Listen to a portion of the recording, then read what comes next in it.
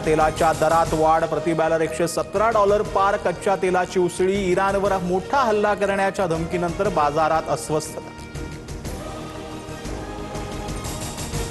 पाकिस्तानात मोठं ऊर्जा संकट, रात्री 8 वाजल्यानंतर मॉल आणि बाजारपेठा बंद राहणार, तर रात्री 10 नंतर हॉटेल, रेस्टॉरंट आणि खाण्यापिण्याची दुकानं बंद ठेवण्याचा निर्णय.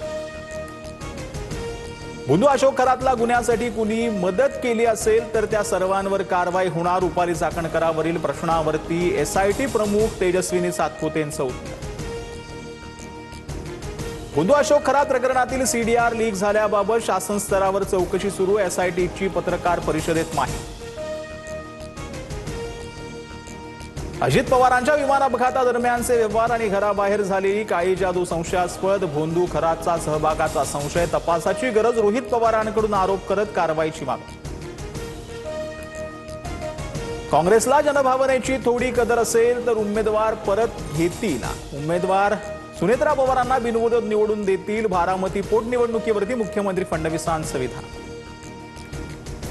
कुटुंबाच्या पुण्याईवर आत्ताच खासदार झालेल्या आणि महाशक्तीसमोर सरेंडर झालेल्या कृतघ्न मुलानं काँग्रेसबद्दल न बोललेलंच बरं. काँग्रेसकडून पार्थ पवारांना प्रत्युत्तर.